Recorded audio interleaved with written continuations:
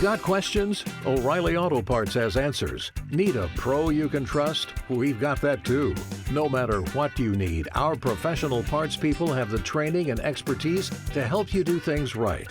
Deep automotive knowledge, just one part that makes O'Reilly stand apart. The professional parts people.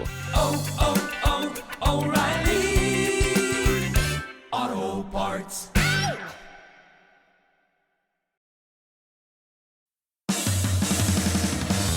Are you ready, kids? Get your parents' permission, check your mailbox, and grab your shopping cart. It's time for the Adventures in Collecting podcast. I'm Eric. And I'm Dave. Welcome to Adventures in Collecting, where we talk toy news, culture, and hauls, along with our journeys as collectors. Hello, everybody, and welcome back to Adventures in Collecting. Hi. We are Groot. No, we are tired. Yeah. It's been New York Comic Con. New York Comic Con happened. We were there. I feel like we were just doing this a week ago. Something like that. Yeah, right on the heels of New York Toy Fair, we were back at the Javits Center for New York Comic Con.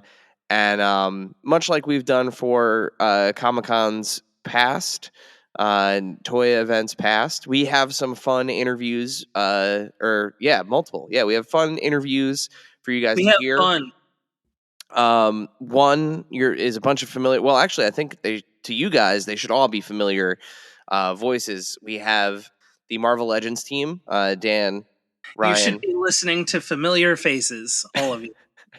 Dan, Ryan, and Dwight, and we're going to be talking all things Giant Man, HasLab with them shortly, and then after that, or I don't know what order they're going to be in. Actually, we'll figure that out momentarily. But you're also going to hear from Russ, aka Shartimus Prime, as we talk about Street Humans. But before we get to all of that, we're going to talk a little bit about just our Comic-Con experience, some things that we saw that we really liked. We could even talk about some things that maybe we didn't like, because I can bring up a couple of things that I think Dave might expound upon his not so favorite parts of Comic-Con. Maybe we'll see. But the other thing too, just kind of, we mentioned Toy Fair briefly. During Comic-Con, there was actually some Toy Fair news. Yeah. So if you're following us on social, which Dave. How do they go about following us on the socials? You go to @AIC_podcast on Instagram and TikTok. Smash those follows, hit those likes, subscribe. I don't know if you can subscribe to TikTok. I've never been on it. And then go to YouTube and hit that subscribe button and hit the bell to find out when new videos are coming, and help the algorithm. Download and share and tell everyone. And actually, while we're talking about subscribing to things, you can actually subscribe to us now on Instagram. It's 99 cents a month. And once we have subscribers, right now we have no subscribers because we've never advertised that we can do subscriptions. Once we have subscribers, we'll do like behind the scenes stuff. So if you pay 99 cents a month, you get to see just kind of like a peek behind the curtain maybe. And then we'll see as things develop. If we get more subscribers, we'll do more fun stuff for subscribers. But in the meantime, you'll get access to an exclusive channel on Instagram. And then you'll also get some behind the scenes goodies. But back to that New York Toy Fair news. New York Toy Fair is staying in old New York. The news was that Toy Fair was taking a year off, so there'd be no Toy Fair in 2024, and then in 2025 it would be returning to New York for like one last hurrah at the Javits Center, which it's still doing in March of 2025. So it's like March 1st, I believe. And then the plan was for 2026, 2027, and 2028, they would be doing events in February in New Orleans. I think it's been made kind of obvious that the industry was not happy with that decision in terms of just kind of nothing against the wonderful Big Easy, the city that never sleeps, the heart of jazz. New York's the city that never sleeps. I guess both cities don't sleep. Yeah, especially during certain times of the month, especially if you're down there for Mardi Gras, right? Um, Well, certain times of the year, then. yeah, yeah, certain times of the year, yeah. Um, Um, Mardi Gras is not monthly. no, no, Mardi Gras. I almost called it Carnival. I think that's like Brazil.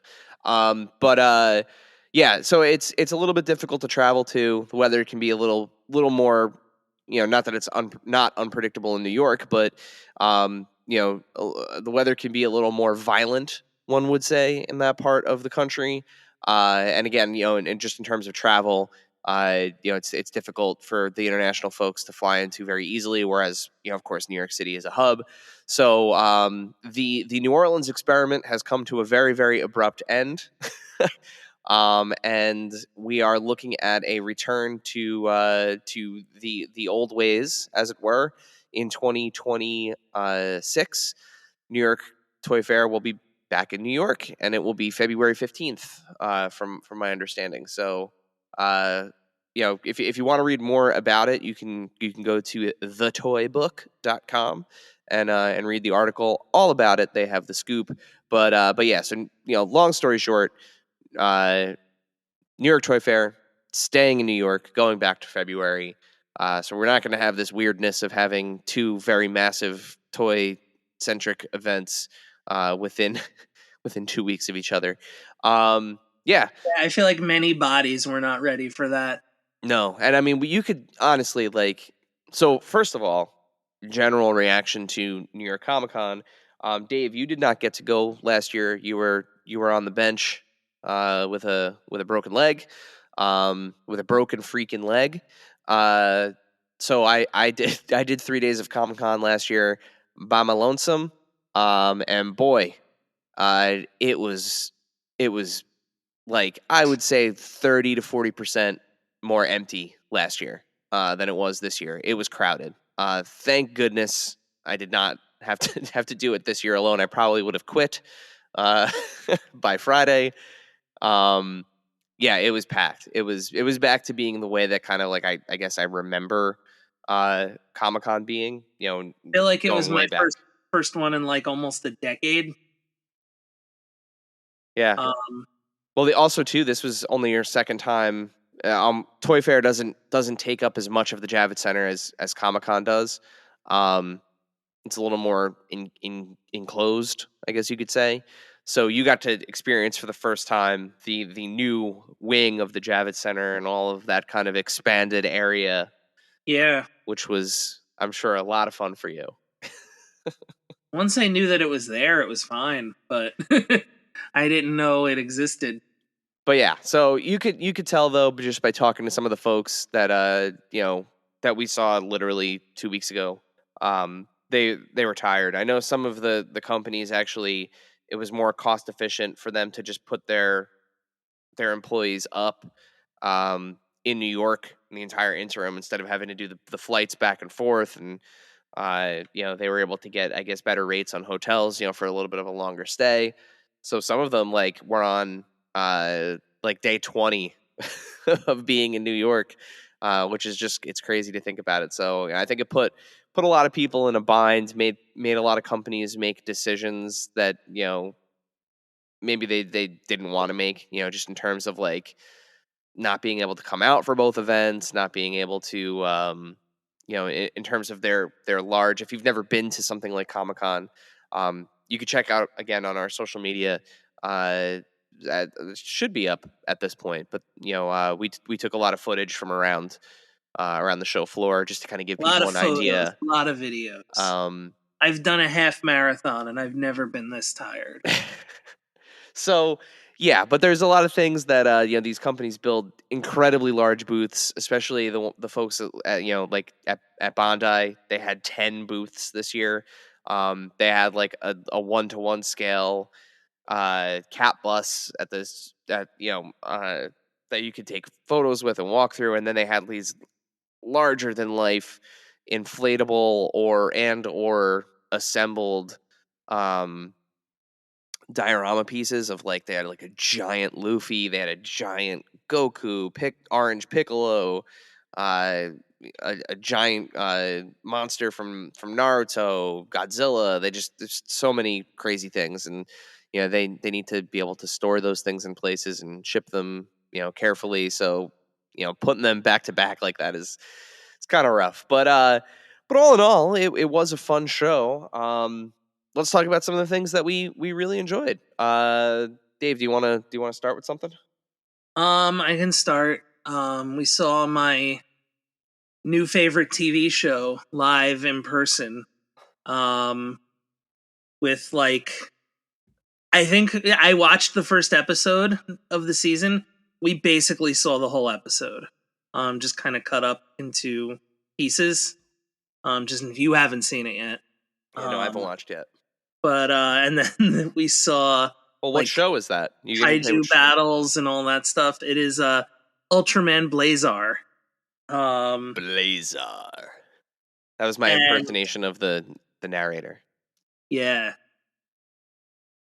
Yeah, all the voice cast have like there's voice casts that you know, and all the voices are just fantastic.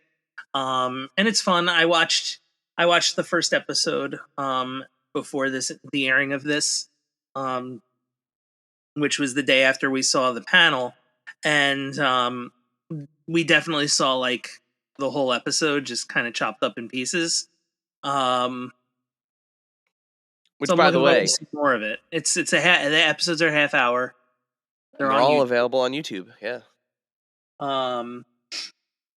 And I've been kind of looking into it. A lot of the old Ultraman is on through Shout Factory, so you can catch up on all of that through like Pluto or other Shout Factory forms.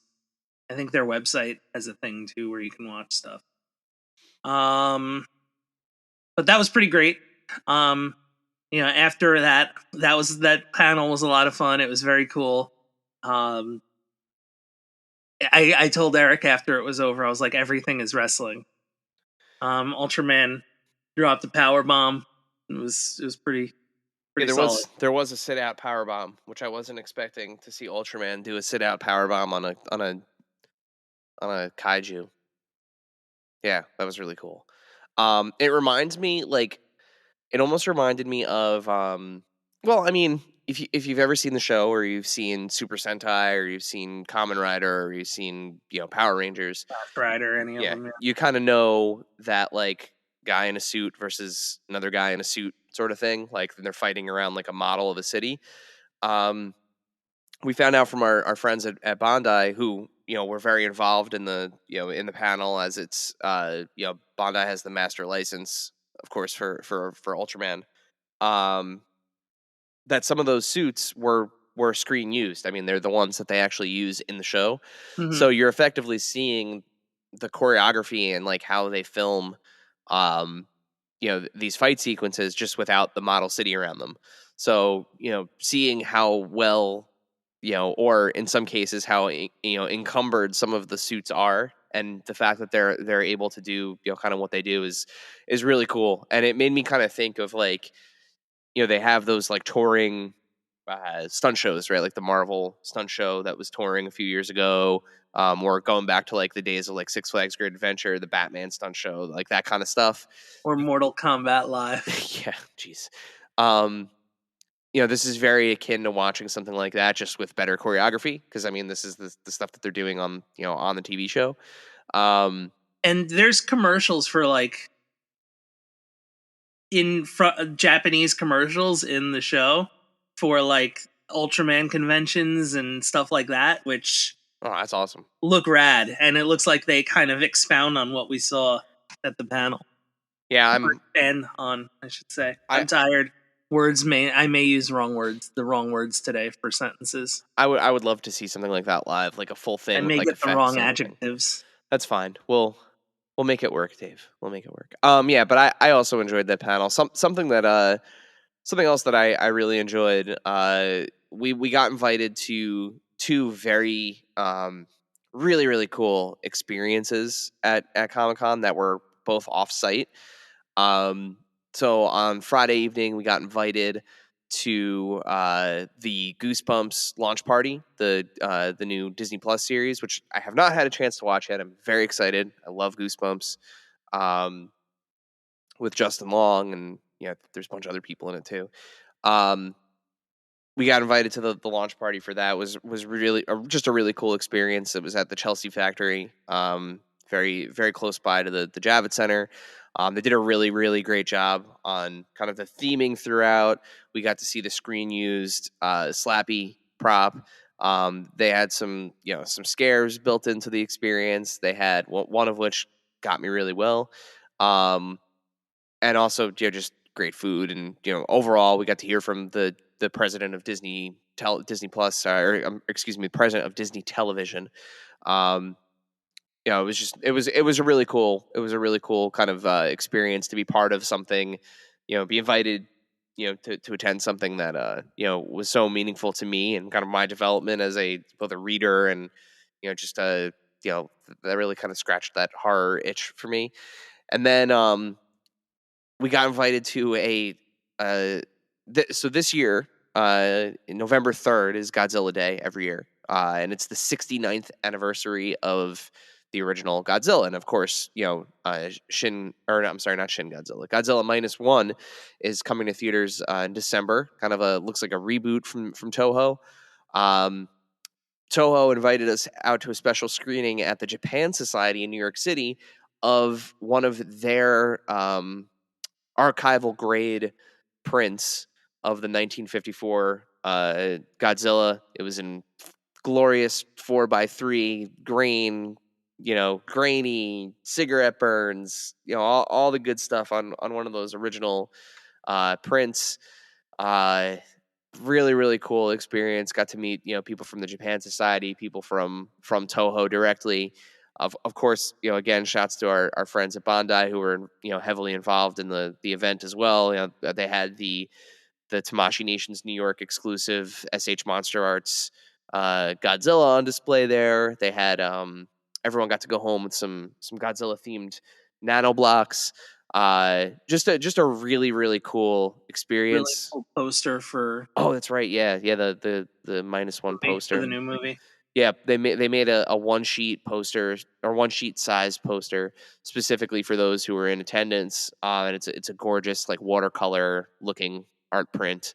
Um, yeah, really really well done. And I mean the building that we were in, has significance, as they shared. They presidents, Nobel Prize winners, and kings of monsters, have all kind of shared the stage there. Just renowned actors throughout history. They've had performances there. It's just a phenomenal building. I'm disappointed that it was only my first time having been there, but what a venue. And I definitely want to see more programming that they're going to be having. Yeah, and shouts to Peter, who heads up the kind of the film programming there. We'll definitely post on our socials when they have new stuff coming. As we've mentioned countless times on the show, we both absolutely love film and cinema, and getting a chance to see a print. I think we were both talking about this after the screening. I think that's the oldest print we've probably ever seen.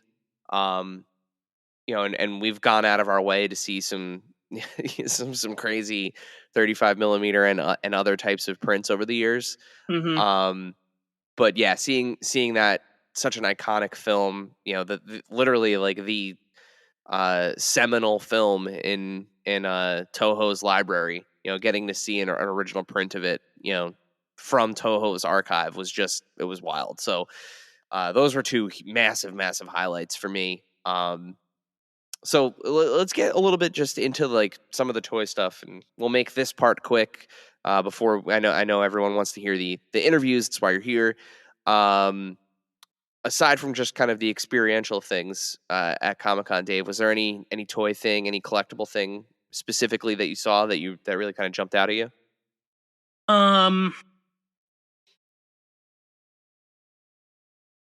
The mothership was cool.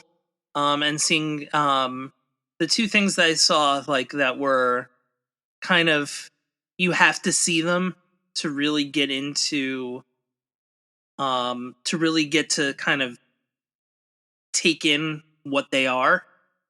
And this is probably going to be a great segue into one of our segments.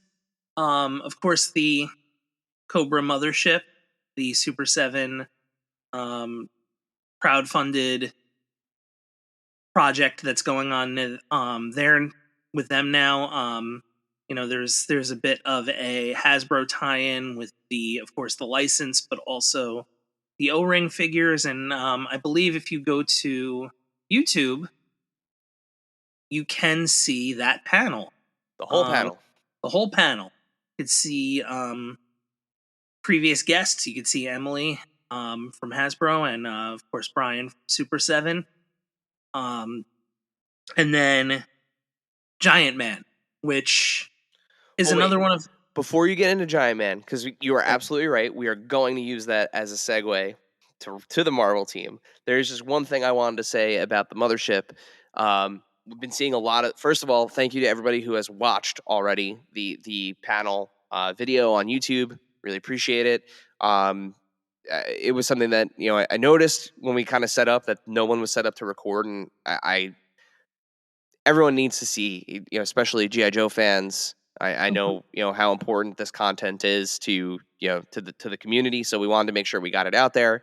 But I am seeing especially that 3 3/4 G.I. Joe community. Yeah, and I'm seeing a lot of comments about the O-ring figures.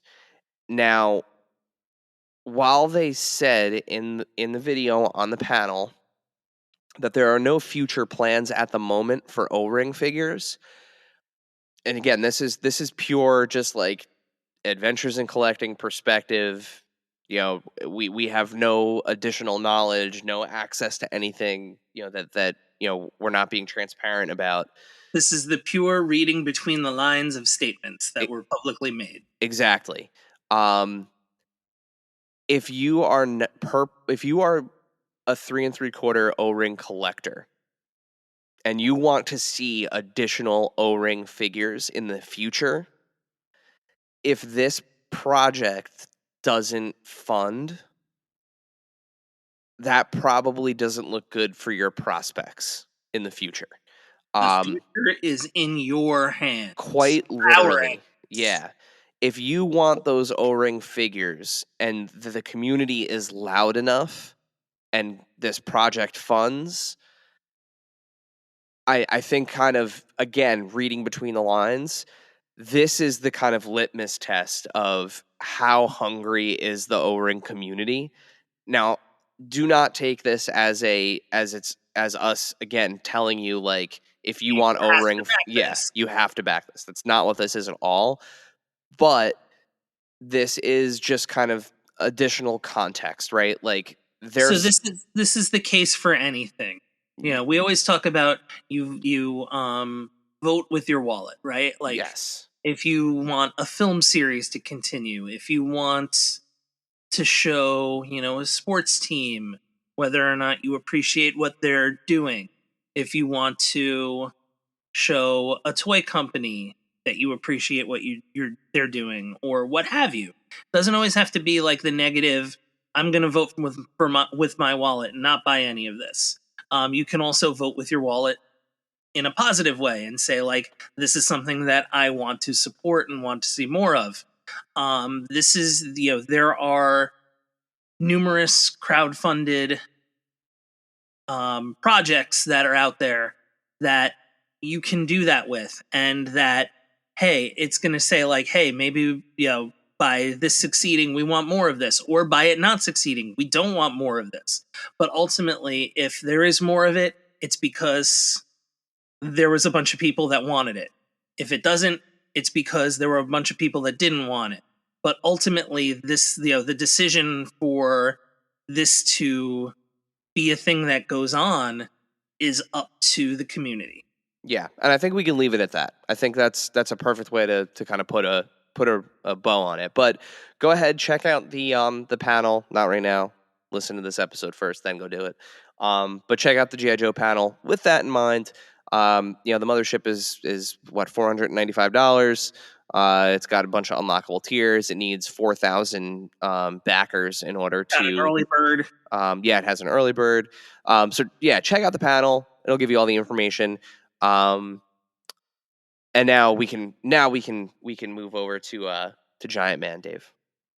Yeah, and so that was I'll give this too. It's through December 11th for the mothership. Super7.com. Super7.com. You'll see it in the banner there. So to kind of start to kind of echo what Dave was going to say about Giant Man, because I think we were both kind of on the same page here. This Giant Man is a figure that you need to see in person, and I know it's a terrible thing to say, with only being like 11. Well, I think it's less than 2 weeks left in that campaign, and there's still quite a bit of ways to go. It's one of those things, and I think. Well, I mean, they're going to hear it right now. Yeah. They're going to hear this whole thing. So, why don't we cut to past us from the Saturday of New York Comic Con, from day 3 of Comic Con, New York Comic Con. Eric and Dave, take it away. Hello, everybody. We are here at New York Comic Con with Giant Man, who's currently behind Ryan, right back there, and we are, of course, with the Marvel Legends team. So we have Ryan, we have Dwight, we have Dan. What up, what up? Yo, yo. Hey, guys. Hello. How's everybody doing? How's your con so far? It's good. It's good. Half over, maybe. We just did a stage activation talking Nerf, which I know you guys are super interested to talk about. Love Nerf. Everything Nerf. Next Strike Mechasaurs. Next Get it Strike right. Mechasaurs. Come on. Available at Amazon. And we've got some Giant Man, whatever. It's cool.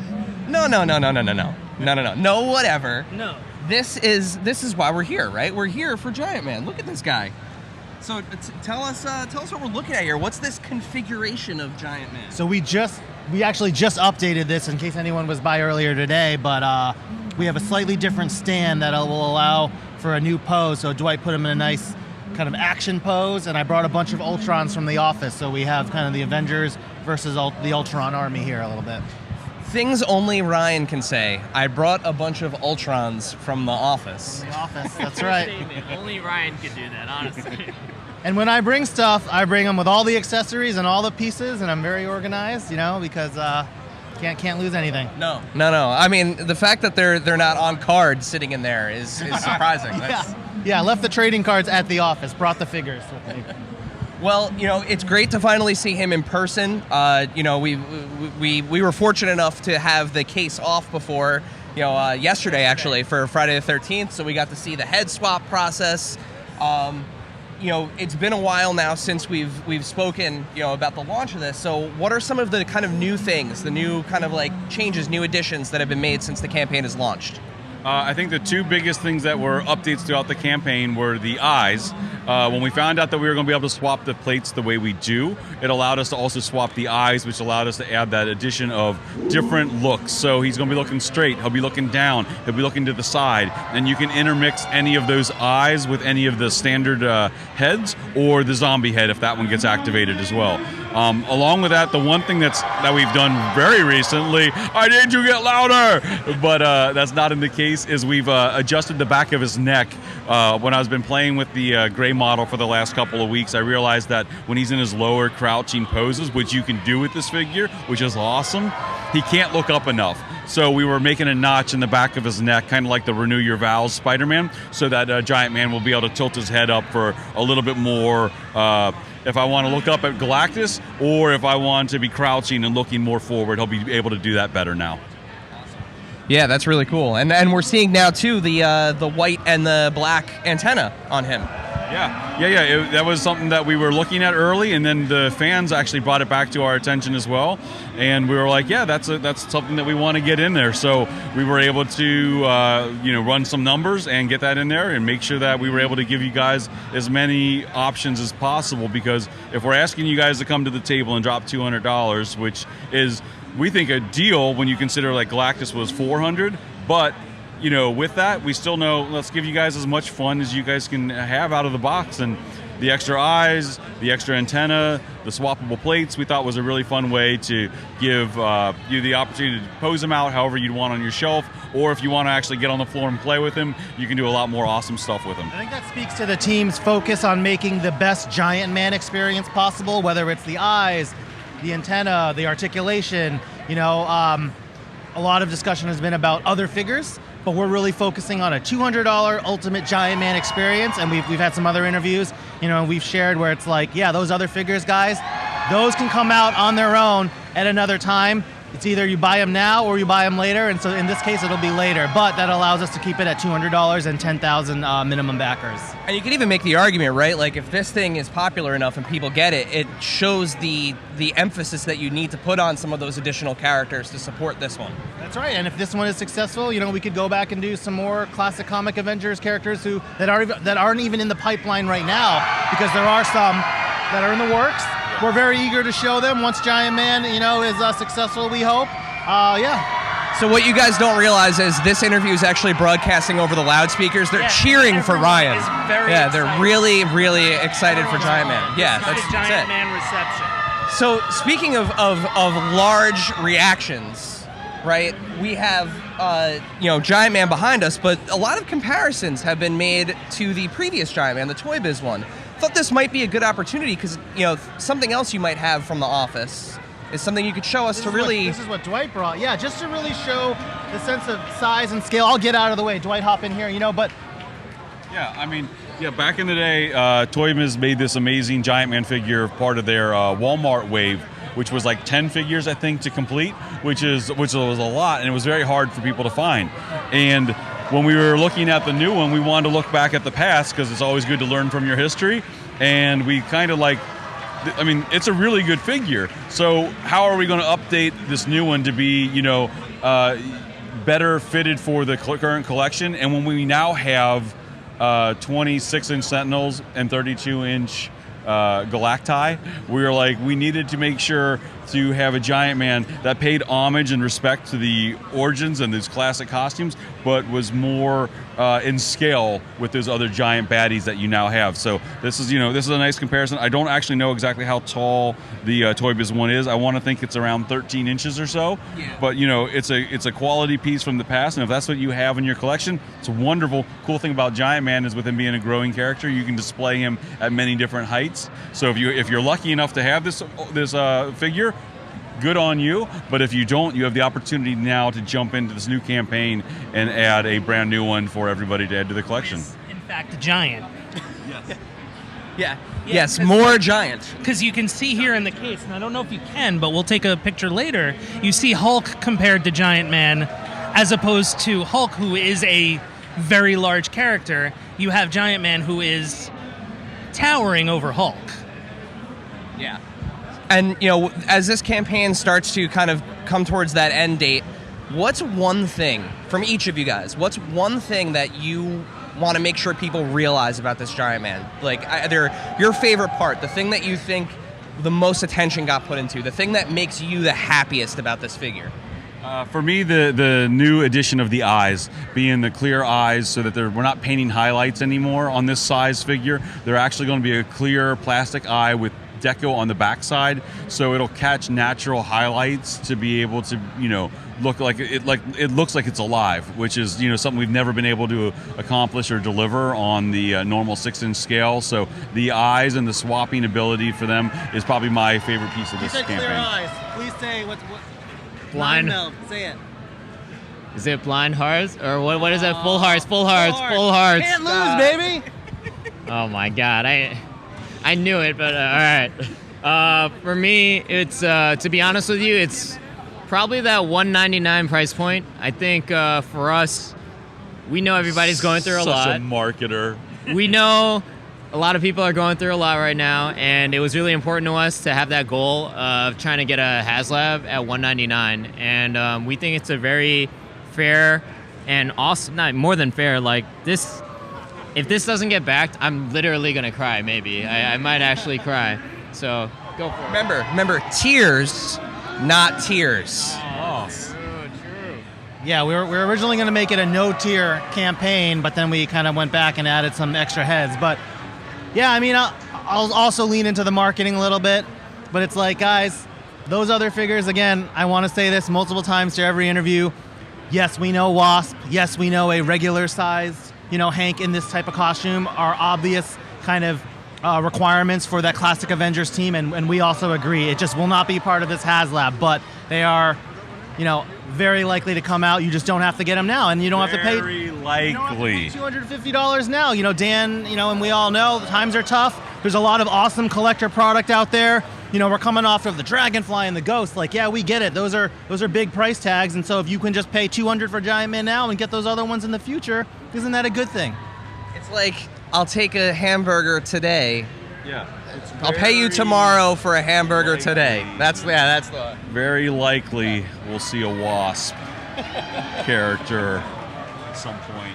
There's a phrase, it's like, read between the lines. And I think the other thing, too, that you just don't kind of get, and this is something that, me being the first time seeing it in person, like, you just don't kind of understand it until it's here. Yeah, you want to touch it. You get to see the fingers. Like yesterday, we got to see Dwight posing the fingers to have them be gnarled for the zombie.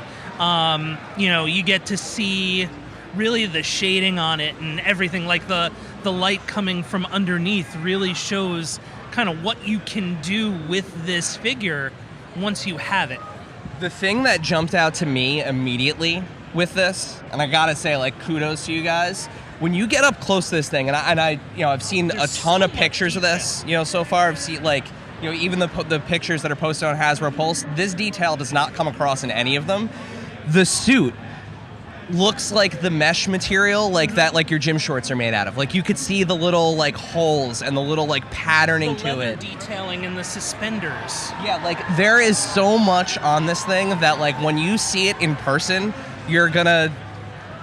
The gloves, yeah, like the edges of there's so much to appreciate about it. The seam, like, around the thumb part of the glove to, like, like the way, like, a real glove would be reinforced. The like, stitching at the edge. Yeah. Like, there's so much. Yeah, between the sculpting and shouts to other friend of the pod, Tony, for the paint job on this thing, because it looks amazing. Tony. But the attention to detail is just awesome. And Dwight, we recently spoke about kind of the engineering aspect of it. How you did the harness and everything. I mean, I don't know what else there is to say about this, guys. If you are a Marvel Legends collector and you have a comic Avengers team, you need Giant Man. And the other thing you can't see too is, like, as we're standing here talking about it, there are people like, what are they talking? Oh. Yeah, so wait, actually, before we go, tell us about that. What's been the reaction here? Like the in-person reaction? How have people been responding to Giant Man?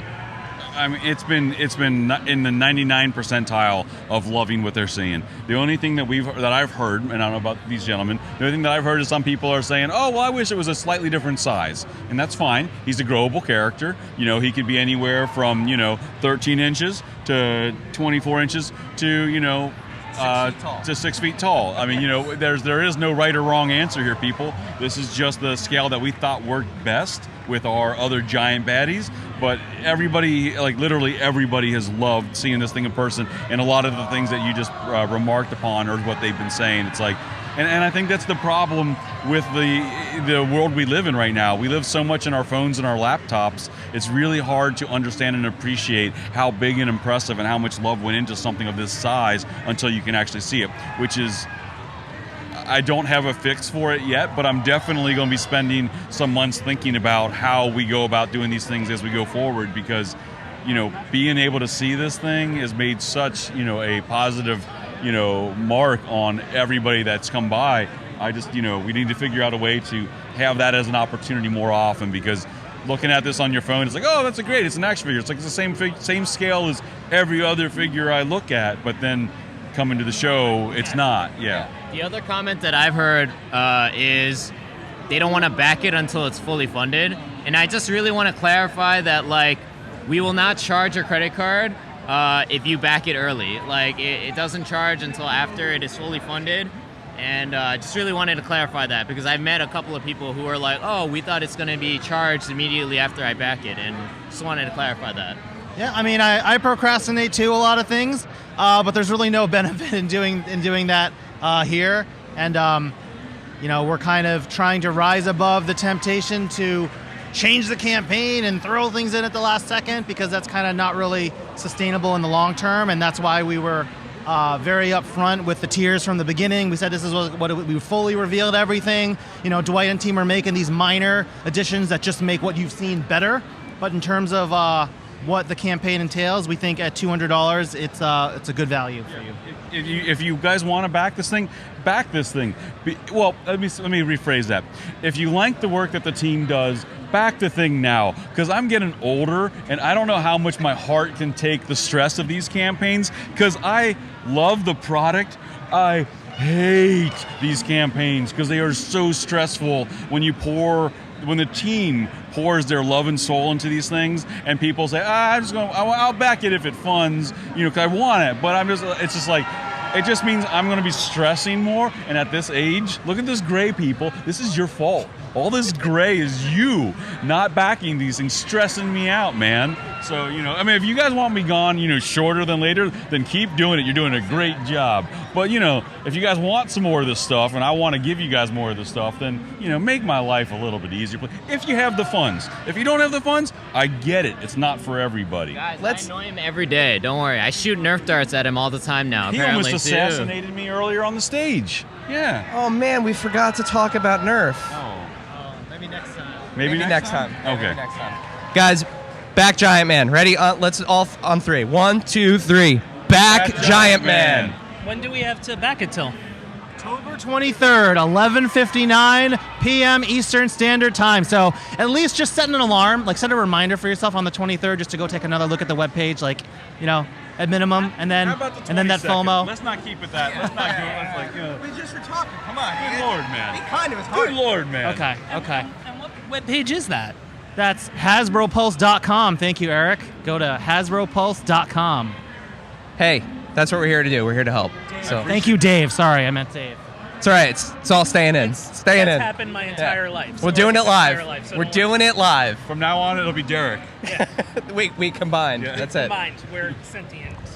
And now, a word from our sponsors. O'Reilly. Check engine light on? Take the guesswork out of your check engine light with O'Reilly Veriscan.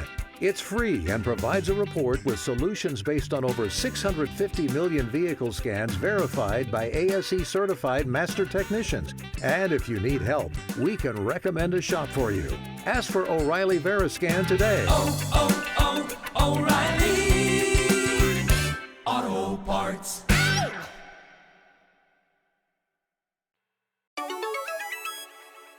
This segment is brought to you by our friends at Chubsy Wubsy Toys.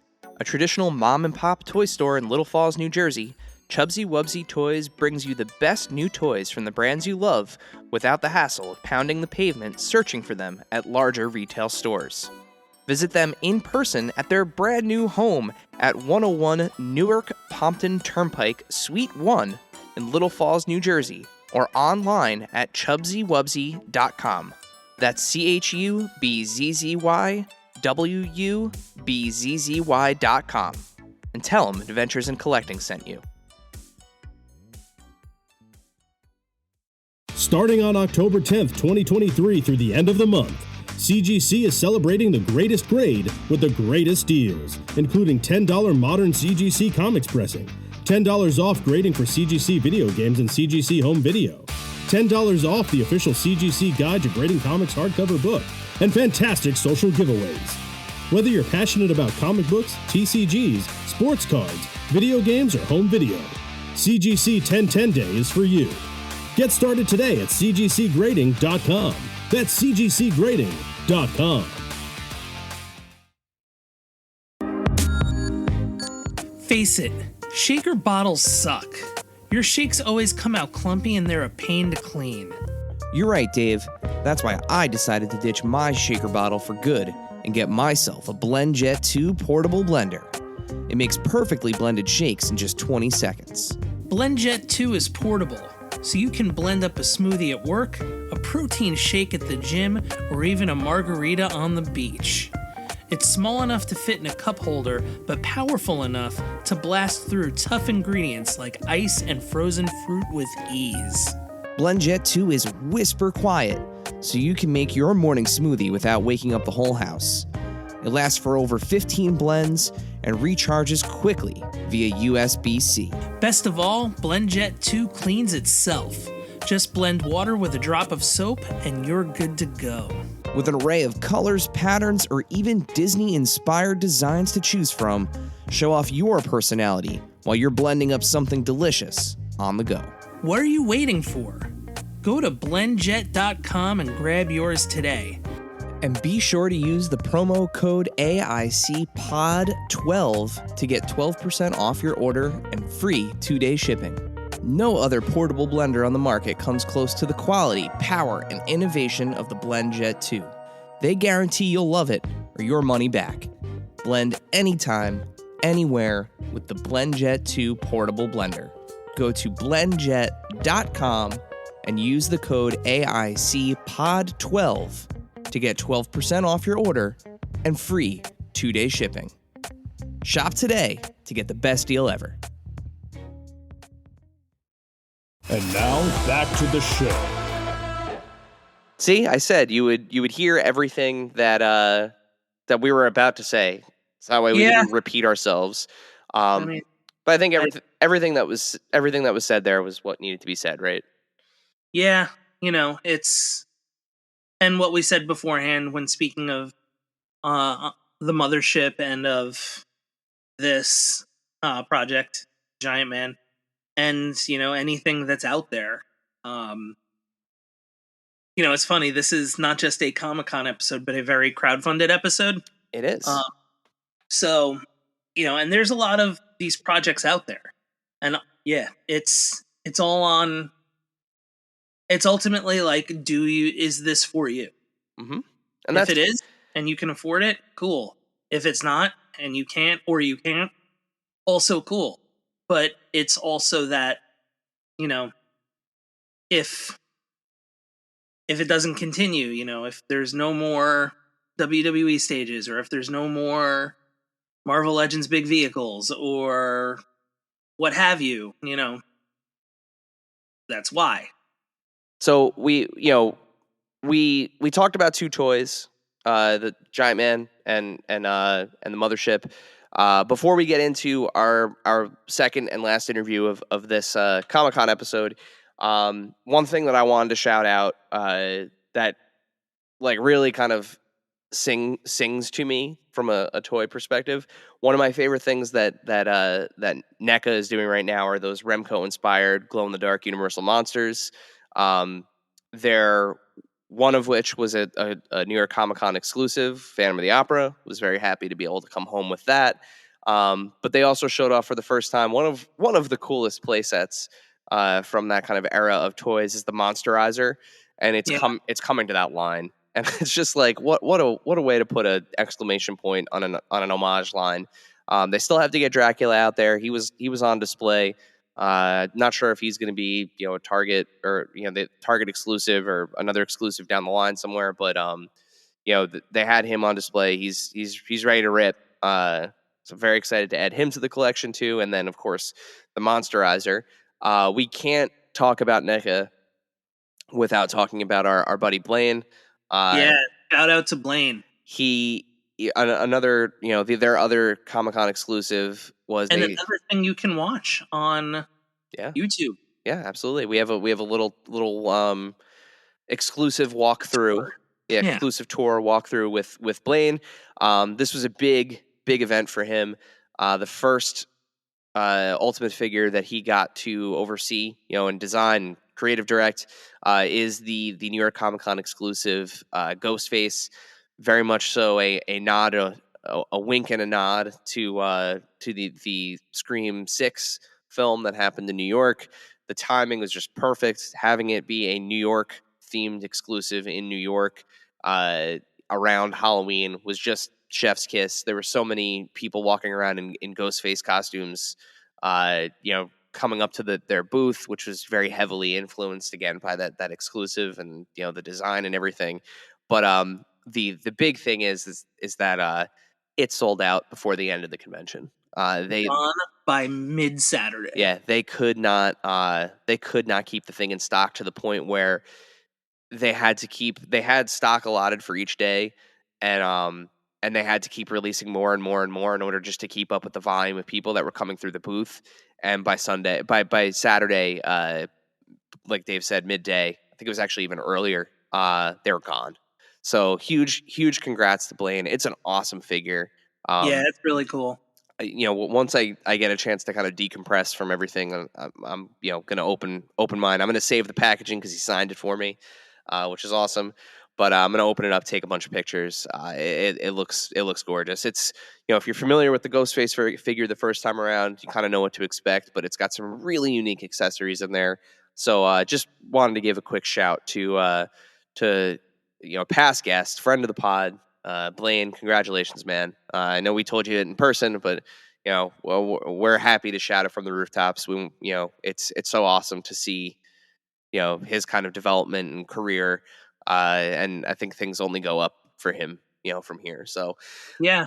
But talking about a previous guest, talking about a brand new guest, and pivoting back to the concept of crowd funds.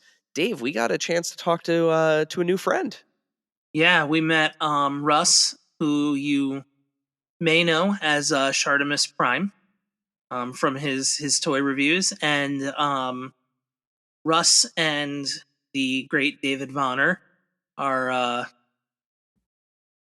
working together for a new property, a new creation. Yeah, and that's gonna kick us to the interview with Russ and Street Humans. Yeah, for Street Humans, and you're gonna hear this interview, and that's gonna be the end of the show for us. So enjoy our chat with Russ, and again, make sure you check out our social media at AIC_podcast, where we've got tons of videos, other interviews that we did at New York Comic Con. I promise there's going to be a video up. I'm really hoping I can get it edited by the time this airs, but fingers crossed, of just kind of an overall Comic-Con experience, a bunch of things that we saw. But there was a lot of other cool stuff too, like we saw the John Carpenter table for Storm King, got to talk to the Sacred Bones people, V-Friends, of course, Bondi, our chat with Justin, that should be up by the time this airs. Head over to AIC_podcast for all of the New York Comic Con things, and also the interviews that you're about to hear. There may also be video versions of these interviews. I would say there probably will be at some point. Yeah, there might be. So, let's throw it to again past us and Shartimus Prime. We are here with Russ, who you might know better, of course, as Shartimus Prime. Shartimus Prime. Hey, how's it going? How are you guys? So we're here at New York Comic Con, live in person, to talk about Street Humans, man. So tell us a little bit about this line. I wanted to make a toy line that I've always wanted to see, which is civilians. Like I've always felt that there's been a hole in the collection, so I conceived the idea based off of kind of fulfilling this need to have more civilians in my displays. So these are 1/12 scale figures that are meant for collectors that are really into photography and posability, and there's a lot of interchangeability to go along with the figures. So there's that aspect of it, and then on top of that, there's a whole storyline of the Street Humans actually being shape-shifting aliens from another planet, and there's a whole story of their conflict that's kind of moved over to Earth, and that's been a lot of fun too. And interest has been shown in that as well as the figures, which makes me really happy to see. So it's kind of a twofold thing, right? Like you said, you have these gaps that you're addressing, but also you're getting to tell a new story, a new IP out of this. Yeah. What were some of the considerations that you made when you were designing the kind of street human element of it before we get into the kind of the monster alien design? Right. Well, right from the beginning, I wanted it to have. I wanted this to have different ethnicities being expressed in the line right away. So we have an African American figure, we have a Latino figure, we have a Asian figure, and we have a Caucasian figure. 2 of those are behind stretch goals. We have to kind of pace ourselves on how we have these figures roll out. Everything costs money, so we have to have everything. So we started with the African American and the Latino figure first. So that's where and then our designer Vinny from Brazil with Love, he flushed out the pant designs and the hairstyles and that stuff with all the figures. I wanted to have alternate heads for displaying options, and it's very much a troop building centered line where you can really fill things out and have different aesthetics for these civilians. Now, you mentioned the stretch goals, so tell us about the Kickstarter campaign. Yeah, the campaign is our funding goal is $120,000. We're about 25% of the way there. We have quite a few days left. We have more than 2 weeks left. So if you haven't back it now. And the stretch goals, our first stretch goal is at 126,500, which is really close to the 120 initial funding goal. And with that first stretch goal, the main character of the series, his name is Alago, and he is going to. Now, the figure itself initially comes with 3 heads. So you have like a regular neutral human head, an angry human head, and then we've now included the alien head to come along with it, with the basic figure offering at no extra cost. So that's going to be part of that basic figure, which, by the way, was by popular demand. A lot of people asked for that, and that makes me so freaking happy, because that was one of my favorite parts of working on this thing, because these alien heads are designed in a way where it's supposed to have like the silhouette of an animal that you're familiar with, but when you actually look at it, it's very different.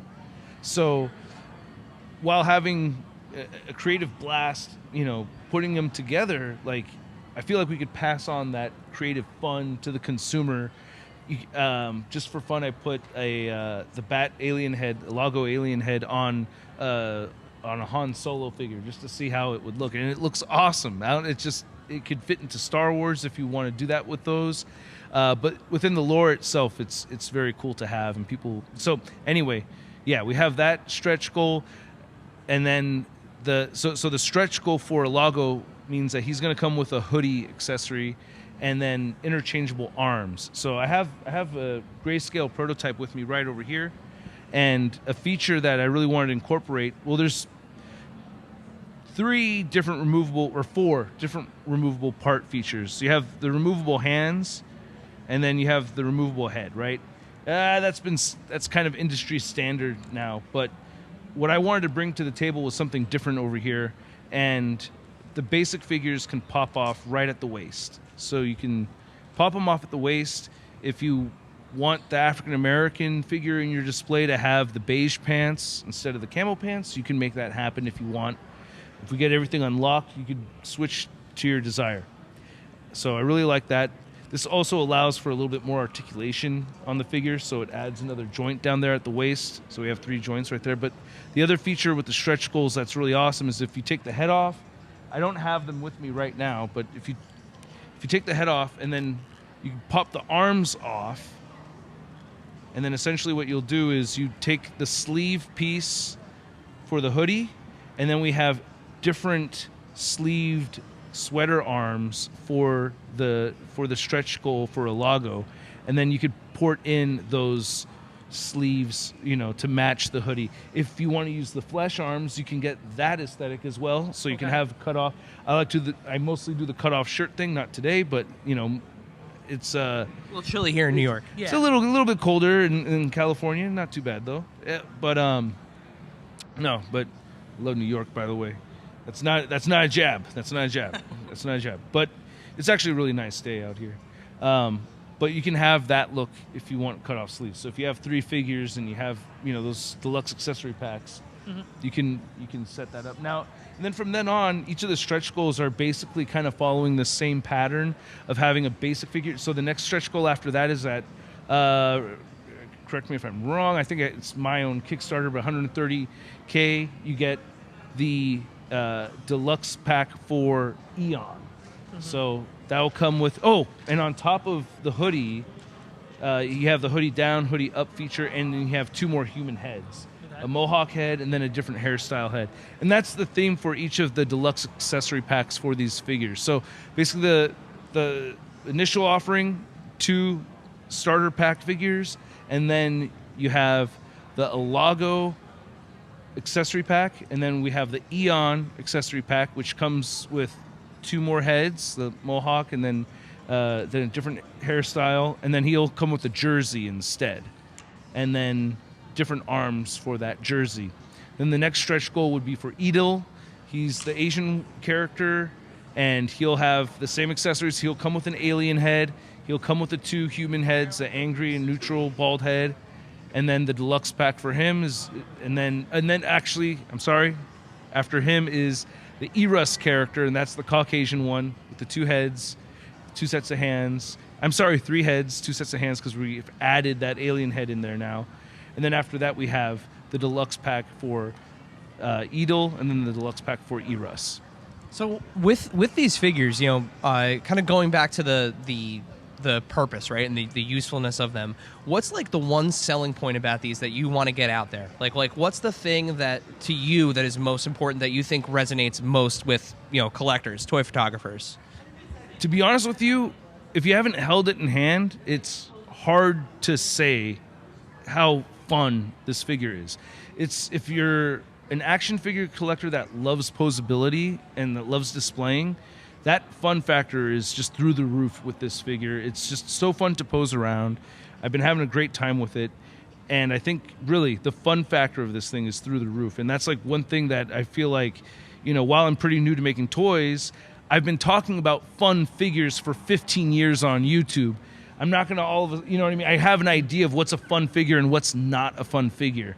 So I feel confident that, once this gets into people's hands, and so far everybody that's held onto this figure has had a great time with it.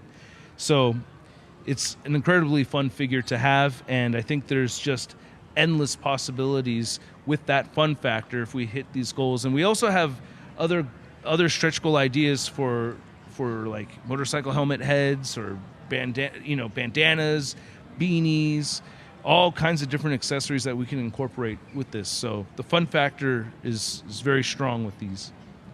Now, you've been working with renowned designer David Vonner for this project. What's it been like working with him? It punk rock to jazz is kind of like he is the maestro, and he's been very helpful with this, and there's a lot of insight in the industry that I wouldn't have been able to just obtain from my personal experiences. A lot of design pointers. He's really helped a lot in countless ways. So I'm not giving away all his secrets or anything, but like he really has a great knack for knowing how to make the figure fun, and he's helped us a lot with the designs also for some of these alien heads, especially the Eon and the Edel heads. So getting his creative juices in the mix is kind of hard to like hold back from geeking out a little bit, because it's like, that is a cool idea. Oh yeah, we should do that. It's like, that's why you're Dave Vonner and I'm not, So he's really helped us, a whole bunch, and it's really helped with the development through and through. Now, you said each figure comes with 2 at the base, comes with 2 human heads, and you went with a neutral and an angry expression. Mm-hmm. Were there any kind of other expressions, like maybe a scared expression or something else that maybe you guys were considering? I've had several ideas for me. I would like to like a really pained expression, like an open mouth, like getting walloped in the face really hard would be really cool. But I also wanted to have a different silhouette. So especially if people end up deciding to use them as background characters, I think it would be more beneficial for the collector to have maybe a different hairstyle head than one that has the same bald head but a different face.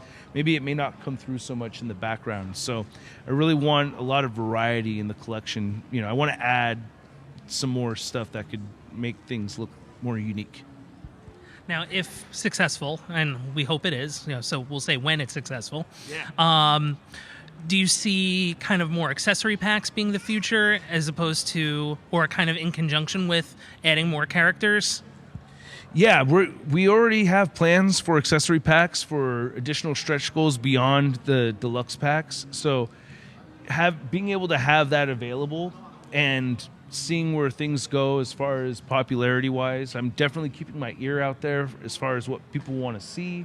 Like thus adding the alien heads in there, it's like I really want to keep a close eye on it. So it's gonna also depend on see where people what people like more so, and where we can go with it. But definitely deluxe, definitely more accessory packs is on the horizon for this for sure. So you mentioned it. I mean, you've been reviewing toys. We've been watching your videos since long before we've been doing this. Now you're kind of stepping on the other side of it for the first time. Yeah. What are some of the things you've learned about just kind of like the design and production and that whole kind of process? Oh God, it takes so long. You have to be so patient. This is not a one-man show. I don't know what it's like for other people that design these, but like for me it's very much been like playing in a band. Like it's like there's a lot of and you have to be receptive towards other people's ideas. So having that mindset, being open-minded, putting your ego aside, having to do what's best. It's kind of, I'm a musician, part-time musician. As a drummer, I could always do the cool new fill I've been practicing that week, or I could do what's best for the song, right? The guy gets hired again when he plays what's best for the song. I'm trying to do what's best for the song with this, and that's what it is listening to other people's ideas and working around what other people will think will be best. So there's that part of it, and then the other side of it is that there's like this whole other manufacturer community that I've kind of just been discovering recently, and everybody's been very, very kind and very nice and welcoming to me, and very honest about everything. So it's kind of like jumping into this other artist community, and like we're like, oh wow, this is very different, and this is really interesting. So and very cool. Like everyone's been very kind to me and helpful. So I really appreciate it a lot. Been learning a lot. Yeah.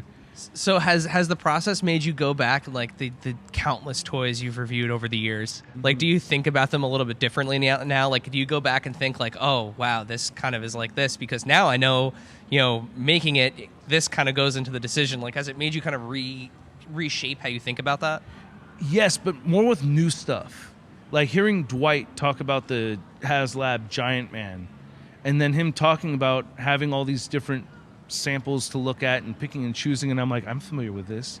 Okay. Like I'm kind of seeing parallels in what they're doing and some of the stuff I did. Now it's not the same, of course, right? Much smaller situation compared to Hasbro. I'm not saying I'm the same as them, but there are similarities in development, and it's kind of interesting seeing that happen, and it's kind of changing my perspective a little bit. But I still need to be very critical when I do my toy reviews, right? Like, so just because I do feel more sympathy for all toy makers, not just Marvel, not just Dwight and the Marvel team, but like all action figure manufacturers. I have a much grander respect for all of them now. So, but then there's the toy review side. I have to put that away. And I did a review on this. I was critical of my own thing, so I'm trying to be critical all the way through and maintain all of that while still holding on to this new knowledge. So, typically when we have somebody on the podcast, one of the last things that we do is we have a special question that we reserve for our guests. So, in this kind of short interview here, we're gonna spring our typical final question on you. So, Dave, would you like to fulfill your role as this podcast's James Lipton and ask our final question? Why, yes, I would. So, Russ, what is your favorite or strangest piece in your collection? It can be one of each, or it can be both. Favorite or strangest piece? Oh God, I will say, like right now, like my two favorite figures in my collection. I know you said one, but it could be two. The HasLab Galactus and the HasLab Unicron. Like those two. Like whenever I go into my garage, I stare at the Unicron. Whenever I go into my dork room, I stare at the Galactus. So because I have two collection sections, yeah, it's each of those two are my favorite right now. I have a whole bunch of other favorite figures though, but the real answer is the prototype. The Street Humans prototype is the favorite, right? That's the number one favorite one.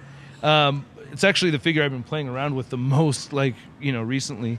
And then the strangest figure in my collection. Shoot, I kind of have to think about that. The strangest figure that I have in my collection? I don't have a lot of weird, strange stuff, man. God, yeah, I don't have a lot of... I guess it's... No. I was going to say, like, my Universal Monsters, but that's not even really that weird, right? There may have been something else I can't think of, but, I think... what's kind of strange and weird is my Mezco Nosferatu. Okay, I'm going to say that. I love my Mezco Nosferatu figure, and I find it really weird because it's creepy and it has like the effect that Nosferatu has, but it doesn't look like him. Like it does look like him, but it doesn't. Like they took liberties with the design, and that one weirds me out because I love that figure so much, but it's still very different from the source material. But it also delivers the way it should. So it's kind of a trippy figure. It's like you don't look right, but you're doing all the right things. So yeah, I'll say my Mezco Nosferatu is kind of my strangest figure. So that's the one out of all of them. You don't want that one to wake up in the middle of the night and come to life. It's not my creepiest one. No, my creepiest one is another Mezco one is that the Nun Living Dead doll. Yeah. I love that thing.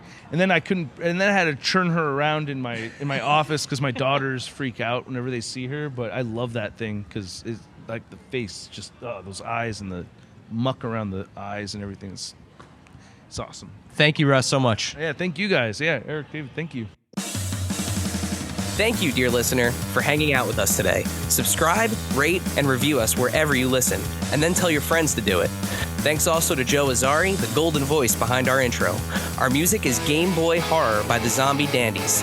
Find more about them both in our show notes. Follow us on social media at AIC_podcast on Instagram and Twitter. Stop by and say hi, show us your toy hauls, and share your toy stories. Maybe we'll talk about it in a future episode. Don't try this at home. Void where prohibited and some assembly required. Each sold separately, not a flying toy. Consult a physician if your toy run exceeds more than 4 hours. This has been a non-productive media presentation. Executive producer Frank Hablawi. This program and many others like it on the Non-Productive Network is distributed under a Creative Commons Attribution Non-Commercial No Derivatives license. Please share it, but ask before trying to change it or sell it. For more information, visit non-productive.com.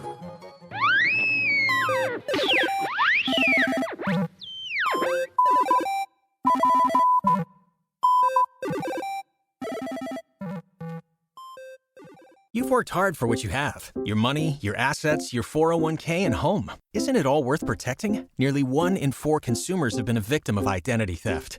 LifeLock Ultimate Plus helps protect your finances with up to $3 million in reimbursement.